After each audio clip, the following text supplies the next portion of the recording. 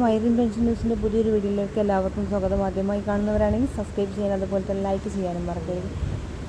എല്ലാ കുടുംബവും അറിഞ്ഞിരിക്കേണ്ട, പെൻഷൻ വാങ്ങുന്ന എല്ലാ കുടുംബവും അറിഞ്ഞിരിക്കേണ്ട ഒരു കാര്യം, ഇനി പരിശോധന ആരംഭിക്കാൻ പോവുകയാണ്.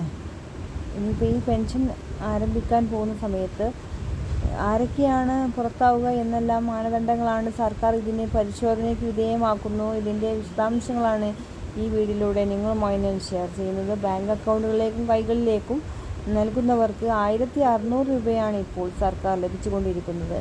5 മാസത്തെ കുടിശ്ശികയുണ്ടെങ്കിൽ പോലും ഇപ്പോൾ അടുത്തിടെയായി എല്ലാ പെൻഷനുകളും കൊടുക്കുകയാണ്. 62 ലക്ഷം വരുന്ന ജനങ്ങൾക്ക് പെൻഷൻ കൊടുക്കാനുണ്ട്. മാത്രം 900 കോടി രൂപയാണ് ഓരോ മാസവും സർക്കാരിൻ്റെ ഭാഗത്തു നിന്ന് പെൻഷന് വേണ്ടി ചിലവ് വരുന്നത്. മുമ്പുണ്ടായിരുന്ന പെൻഷൻ്റെ ആളുകളേക്കാൾ ഇരട്ടി ആളുകളാണ് ഇപ്പോൾ പെൻഷൻ വാങ്ങിക്കൊണ്ടിരിക്കുന്നത്. ഇതിൽ നിന്ന് അർഹതയുള്ളവരും ഇല്ലാത്തവരും വാങ്ങുന്നുണ്ട് എന്ന പരാതിയുടെ അടിസ്ഥാനത്തിലാണ് പല തദ്ദേശ സ്ഥാപനങ്ങളിലും പരാതികൾ കെട്ടിക്കിടക്കുന്നു.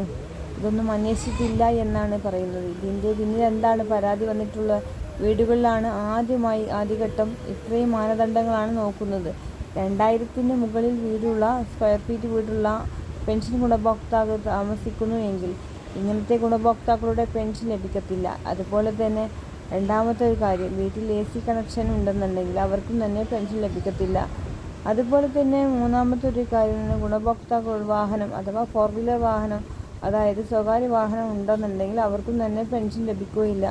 ഇത്രയും കണ്ടീഷനുള്ള വീടുകളിൽ ആണ് പെൻഷൻ അവർക്ക് തന്നെ ലഭിക്കുകയില്ല. അതുപോലെ തന്നെ ഈ പരാതി വന്ന ആളുകൾ ആദ്യം അവർ വീടുകളിൽ വന്ന് ചെക്ക് ചെയ്യുന്നതാണ്, എന്നിട്ടാവും നടപടിക്രമങ്ങൾ ഉണ്ടാവുക.